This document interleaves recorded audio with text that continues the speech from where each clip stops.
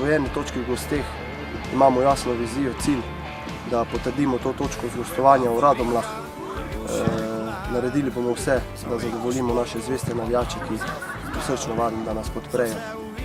Pa strup je le ljubezen, tako kot jeklo. Pač k nam gostej prihaja ekipa iz Dikanov.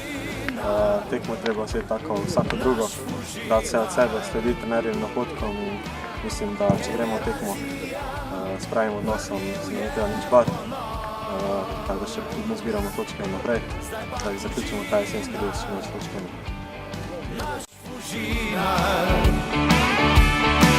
Iz dneva v dan je vsem oviram.